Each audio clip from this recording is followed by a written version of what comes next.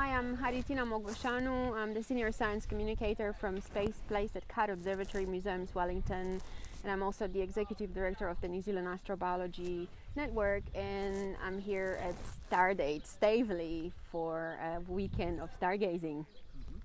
I'm Sam Leske, and I'm a telescope operator at Space Place Carter Observatory. Shall I say that again? Yeah. As I bucket it up. Now you Doesn't matter, it's fine. Oh, okay. Keep going. Oh yes. Huh?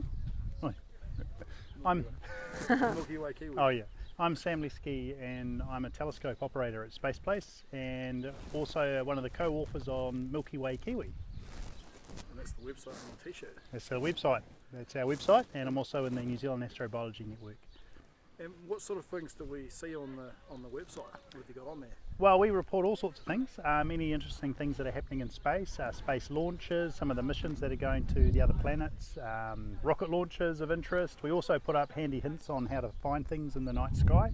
Yep. And we sort of cater for a broad range of people that want to know more about space and what's happening in space.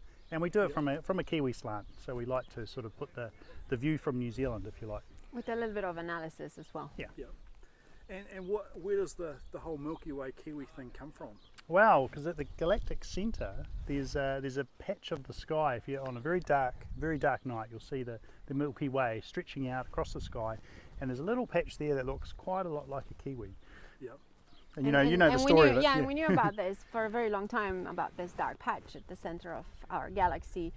But in Europe, we call it the dark horse. And back here many years ago, a group of people, amongst which Ian Cooper was the one who was actually telling the story, they were taking photography on film many years ago. Around the 1980s, they were taking pictures of the night sky on film. Yeah. And Imagine that. they were developing those pictures, and one of them looked at pictures and thought, wow, this looks like a kiwi bird. So then in 2009, Milky Way Kiwi was New Zealand's first astrophotography magazine, and it started like a school project, and I ended up with the most prominent names at the time in astrophotography, telling stories about the beautiful night sky that we have here in New Zealand. And then it evolved into this blog that we have today. Because that's the interesting thing you talked about earlier this morning about when you first came here, some people said that space isn't a thing in New Zealand, but actually it is. It always has been, hasn't it? Oh, It always it has We've been, got yeah. a huge history, and it goes back to like what we talked about yesterday with Captain Cook coming to this part of the world because of space. I mean, he came here for an astronomical He event. didn't come here to discover New Zealand, did he? No, well, it had already been done. Samari had only been here, 500 years or something beforehand, hadn't Yeah, they? naval Tasman sailed past, and so Europe knew about it. Everybody knew about it. So Cook came here to look at the transit of Venus, and that was important in the time because they used those observations around the world, because a lot of people did it, to work out the distance between the Earth and the Sun, which was a monumental scientific challenge at the time. Yeah. So And right was back important, then, wasn't it? Because you need the parallax, don't you? You've got to have someone in the southern hemisphere as well, don't you? Oh, totally. Yep. So it's no good having 200 people in the northern hemisphere looking at it. You've Well, got to have yeah, somebody down here. Yeah, and Edmund Halley figured out that you've got to have people scattered all over the place, and the more people observing, and you crunch the numbers, and then you get a more accurate result. Yeah. And that so right from the beginning in New Zealand, it's been about astronomy, and in one way, shape, or form. Well, So- Mercury Bay, isn't it? Isn't that why it's called Mercury Bay? Well, totally, yeah. Well, so it was 9th of November, 1769. Cook and his crew hopped off the ship and set up there on the beach at Mercury Bay, and observed the transit of Mercury, which at the time was a very important observation to make. Yeah. So this year, on the 11th of November, 2018. 2019. Oh, sorry, 19. Yeah. I get the right year. 250 Sorry, 50 years later. 2019. Yeah. We're going to have another transit of Venus. Transit of Mercury. So only 2 days after, the one 250 years ago, which is amazing. I mean, great coincidence, but That all helped. It was all part of helping to resolve the astronomical unit, wasn't it? Totally, yeah. Yeah, they worked out, Eben Haley worked out that the best planet to observe transiting across the sun's disk was Venus.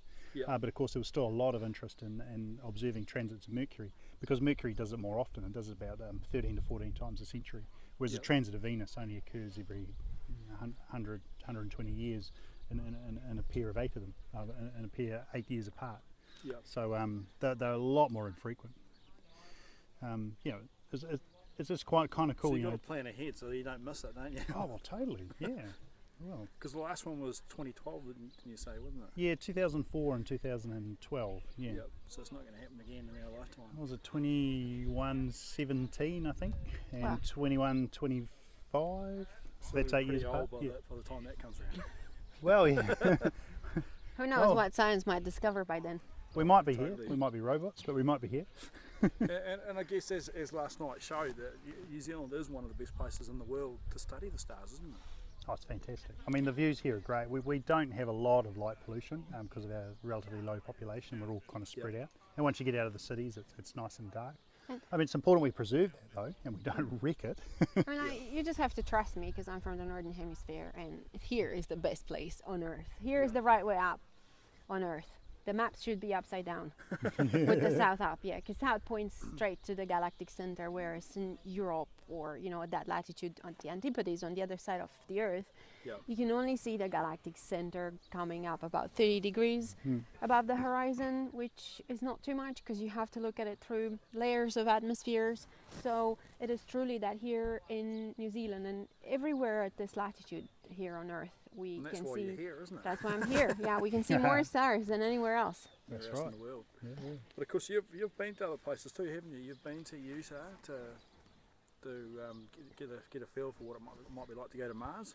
Yeah, I've been to Utah 3 times to train for Mars missions and contribute to the general knowledge of the world of what would be like Yeah. to train for Mars. Like, we actually were sent there to make many mistakes as we could, Yeah. so that people who will really go to Mars won't have to. So we were the guinea pigs, which was very nice because they got us to be part of these amazing programs that are actually really contributing to the science of going to Mars. Yeah.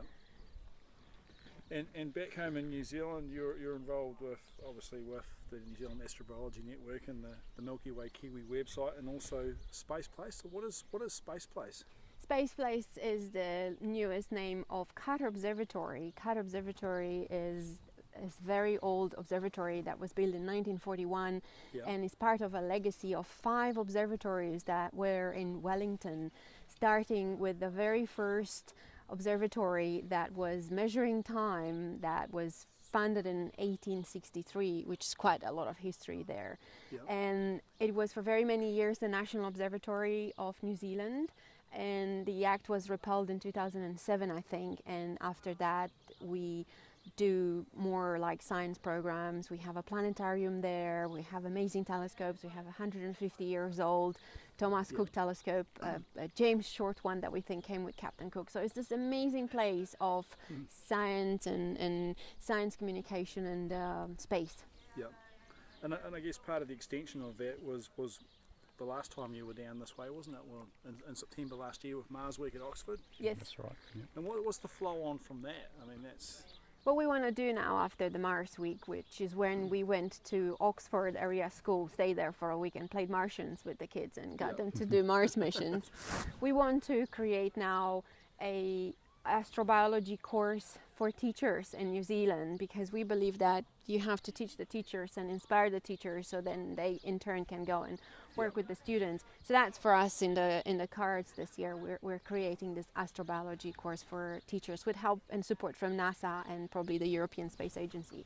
We don't want to reinvent the wheel, we just want to get the best knowledge that we have, Absolutely. that has been already created and adapted and put it here with New Zealand flavor, and we're looking at New Zealand extremophiles. So for instance, as an example, Rotorua is a place that can stand any time near Yellowstones. Yet Yellowstones is the famous one, but Rotorua is equally spectacular in that regard. Well, because Rotorua is a Mars analogue too, isn't it? It is. Yeah. And right. in New Zealand, not too many people know this, but that's what we want to tell people.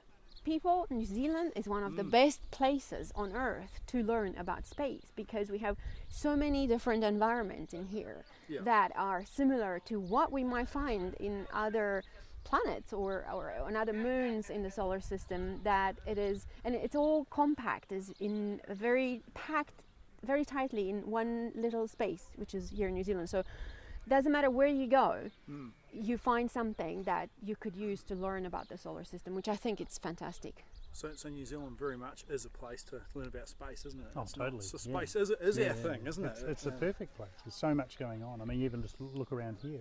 We've got a whole pile of people turn up with their telescopes to spend the weekend observing the night sky.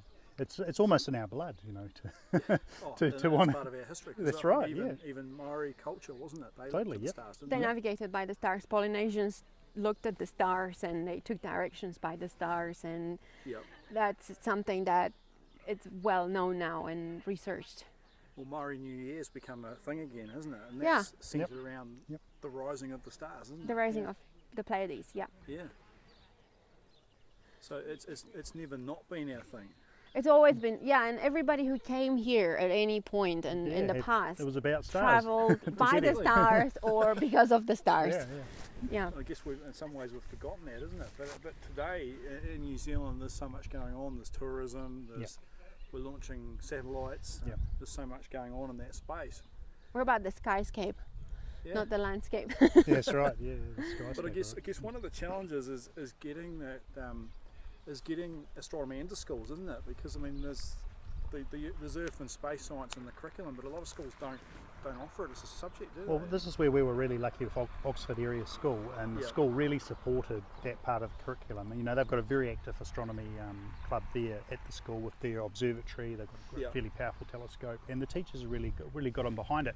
So what made our Mars Week quite a success was the work that they were able to do with the kids beforehand, sort of to prime them. So when we got there, the kids were already enthusiastic about it. The teachers had spent all this months priming them and feeding in space stuff into the curriculum. It was really great, and I think that's where it works, when you've got a school with teachers that are enthusiastic about it.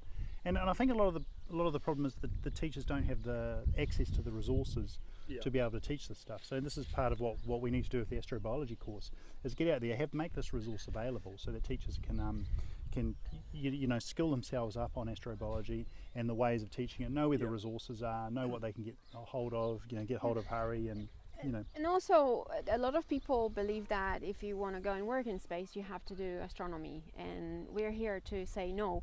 If you want to work in space, you have to know everything. You can be an engineer, you can be a doctor, you can be a nurse, a geologist, a biologist. You need everything. So what we're trying to do with the New Zealand Astrobiology Network, and it's saying you don't actually have to know about the stars or be an astrophysicist. Biology is there to learn about cells and life. It could be geology, Mitch Schulte, or exactly, geography and chemistry, like Jen Blank, or you've even got there's even the history of it, of knowing how New Zealand was. Of the Polynesians getting to New Zealand, or Captain Cook's journey. So how do we get to know what we know now, isn't it? And I think my favorite is mathematics. We have one of the modules is teach your kids astrobiology with mathematics, or the other way around, inspiring them to actually learn maths because they're learning about space. I think I wish I did that when I was a kid. And I guess the other thing is, if with Women and Girls in Astronomy Day on Monday, what's your advice to young girls and young women looking to get into the field of astronomy? Well, my advice is to just go there and see what it feels good. If it feels good, then go and do it, and go and learn, and never be stopped by anybody who says you can't achieve or you can't be an astronomer or a space scientist, because you are, and you've got, because you are who you're yourself, and nobody can tell you. You've got two master's degrees? Yes. Yep. I do. Well, but that's the thing, isn't it? You've gone out there and I was one of those people who actually were told when I was a kid that I couldn't do astronomy. I really wanted to be an astronomer when I was about 6, and there wasn't anything like I had to do physics, I had to do mathematics, it was a completely different path. They didn't even talk about stars at the time. I remember when I was 12, first geography lesson, when they said you're gonna learn about stars. I waited for 2 years for that lesson to happen, and the teacher came in the classroom, and the only thing he said was, and the planets are Mercury, Venus, Earth, Mars, Jupiter, and that was it. And I remember I went home and I almost cried, because I've been waiting for years for this. I was like, I was going to learn about stars and space, and it didn't happen. And I think that changed me so much, and I wanted to find out even more. But unfortunately, I lived in a society, and kids are very young. Kids now are very lucky that they can choose and they have support from parents. But for me, it wasn't. So I had to choose a job that was bringing money on the table. And I took the path through engineering and through biology, which wasn't bad. It was a very, very good one, but it wasn't astronomy. And but you can relate it too. You can. But what I want to say is that for the entire part of my life, most part of my life, I craved astronomy, and everything I did in my free time. I would go home, I would learn about astronomy, I would read, and I would think it's out of my reach. And one day I had this epiphany, and I realized that actually I'm simply telling myself that astronomy is out of reach for me. And when I realized that it was me who was putting obstacles in front of myself, that's when everything changed. And now I am doing all this amazing astronomy outreach and astronomy work, and you know, I mean, the sky's the limit. So don't literally, just believe in yourself. So my story is, and the moral is, just believe in yourself, and it doesn't matter what everybody else is telling you to do. You have to just hold on to it, and because you know what, it will happen. That's right. And you can study whatever and relate it to. You don't have to study when you're young. You can study, like, I've just finished my second master's 2 years ago, so what? It was wonderful. So any time you can do anything you want. The thing is to really, really want it, and follow your dreams. I think this is it. And that's why someone said to me, how does it feel? Does it feel light or does it feel heavy when you think about things? If it feels light and if it feels good, then that's what you should do.